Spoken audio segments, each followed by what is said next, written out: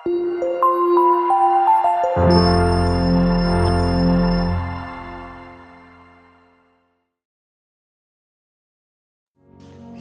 കോറിന്തോസ് അധ്യായം 11. കപട അപ്പസ്തോലന്മാർ. അല്പം ഭോഷത്വം സംസാരിക്കുന്നത് നിങ്ങൾ സഹിക്കുമെന്ന് പ്രതീക്ഷിക്കുന്നു. നിങ്ങൾ ഇപ്പോൾ തന്നെ എന്നോട് സഹിഷ്ണുത കാണിക്കുന്നുണ്ടല്ലോ. എനിക്ക് നിങ്ങളോട് ദൈവികമായ അസൂയ തോന്നുന്നു. എന്തെന്നാൽ നിർമ്മലയായ വധുവിനെ അവളുടെ ഭർത്താവിന് എന്നതുപോലെ നിങ്ങളെ ക്രിസ്തുവിനെ സമർപ്പിക്കേണ്ടതിന് ക്രിസ്തുവുമായി നിങ്ങളുടെ വിവാഹ നിശ്ചയം ഞാൻ നടത്തി. എന്നാൽ സർപ്പം ഹവ്വായെ തന്ത്രപൂർവ്വം ചതിച്ചതുപോലെ നിങ്ങളുടെ ചിന്തകൾ ക്രിസ്തുവിലുള്ള ലാളിത്യത്തിലും വിശുദ്ധിയിലും നിന്ന് വ്യതിചലിക്കപ്പെടുമോ എന്ന് ഞാൻ ഭയപ്പെടുന്നു. എന്തെന്നാൽ ഞങ്ങൾ പ്രസംഗിച്ചതല്ലാത്ത മറ്റൊരു യേശുവിനെ ആരെങ്കിലും വന്ന് പ്രസംഗിക്കുകയോ നിങ്ങൾ സ്വീകരിച്ചതല്ലാത്ത മറ്റൊരു ആത്മാവിനെ നിങ്ങൾ സ്വീകരിക്കുകയോ നിങ്ങൾ കൈക്കൊണ്ടതല്ലാത്ത മറ്റൊരു സുവിശേഷം നിങ്ങൾ കൈക്കൊള്ളുകയോ ചെയ്താൽ നിങ്ങൾ അനായാസം അതിനെല്ലാം കീഴടങ്ങുകയായിരിക്കും ചെയ്യുക. ഈ അപ്പസ്തോല പ്രമാണികളെക്കാൾ ഒട്ടും കുറഞ്ഞവനല്ല ഞാൻ എന്നാണ് എൻ്റെ വിശ്വാസം. എനിക്ക് പ്രസംഗചാതുര്യം കുറവായിരിക്കാം, എങ്കിലും അറിവിൽ ഞാൻ പിന്നോക്കമല്ല. എല്ലാ കാര്യങ്ങളിലും എല്ലാ വിധത്തിലും ഇത് ഞങ്ങൾ വെളിപ്പെടുത്തിയിട്ടുണ്ടല്ലോ.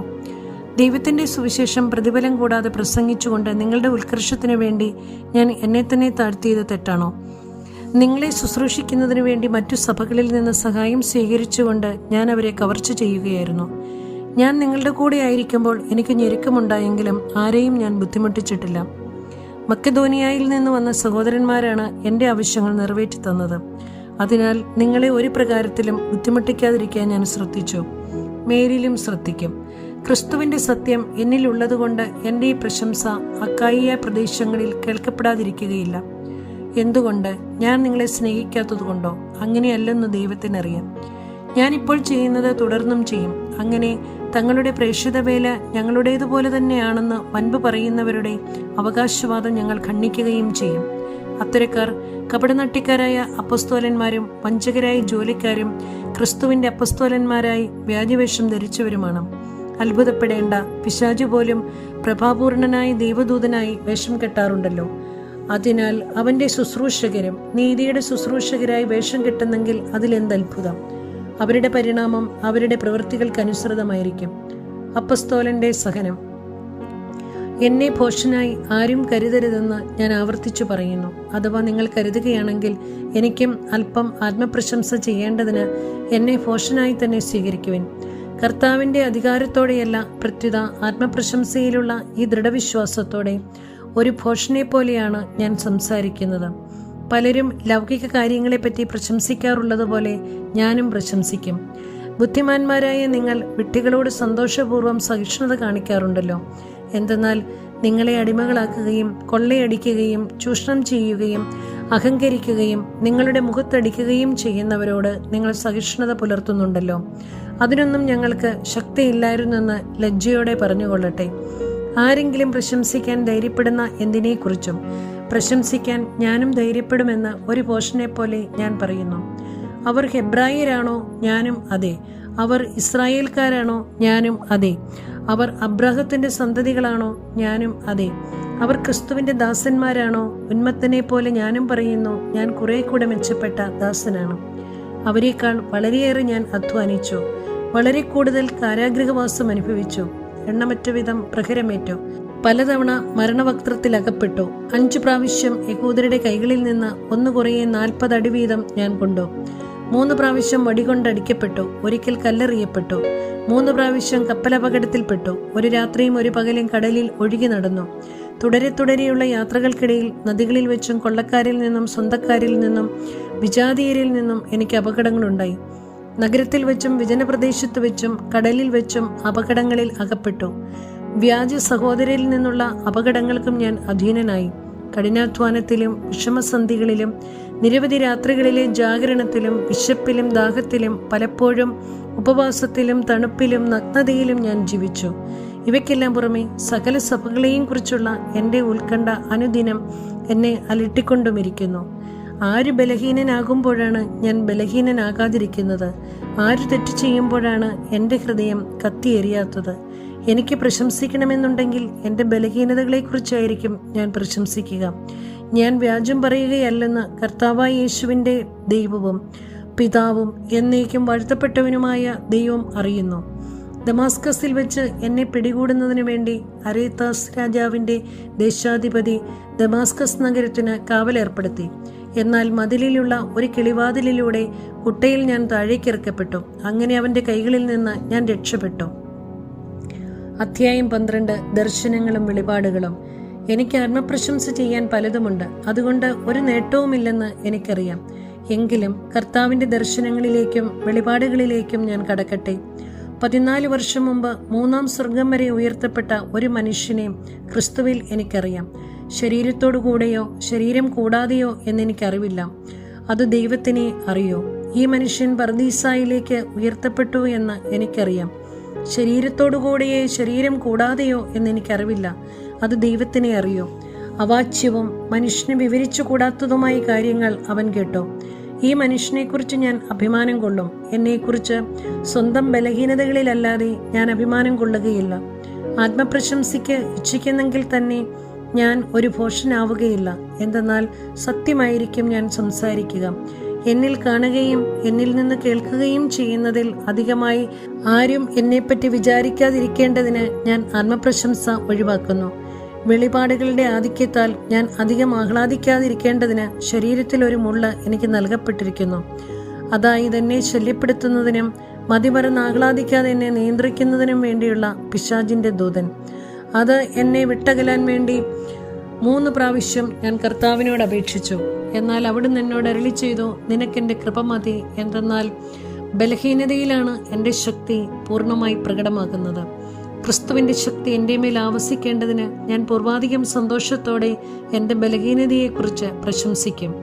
അതുകൊണ്ട് ബലഹീനതകളിലും ആക്ഷേപങ്ങളിലും ഞെരുക്കങ്ങളിലും പീഡനങ്ങളിലും അത്യാഹിതങ്ങളിലും ഞാൻ ക്രിസ്തുവിനെ പ്രതി സന്തുഷ്ടനാണ്. എന്തെന്നാൽ ബലഹീനനായിരിക്കുമ്പോഴാണ് ഞാൻ ശക്തനായിരിക്കുന്നത്. പൗലോസിൻ്റെ വ്യഗ്രത. ഞാനൊരു ഭോഷനായി പോയല്ലോ, നിങ്ങളാണ് അതിന് കാരണക്കാർ. എന്തെന്നാൽ നിങ്ങൾ എന്നെ പ്രശംസിക്കേണ്ടവരായിരുന്നു. ഞാൻ നിസ്സാരനാണെന്നിരിക്കലും ഈ അപ്പസ്തോല പ്രമാണികളെക്കാൾ ഒട്ടും കുറഞ്ഞവനല്ല.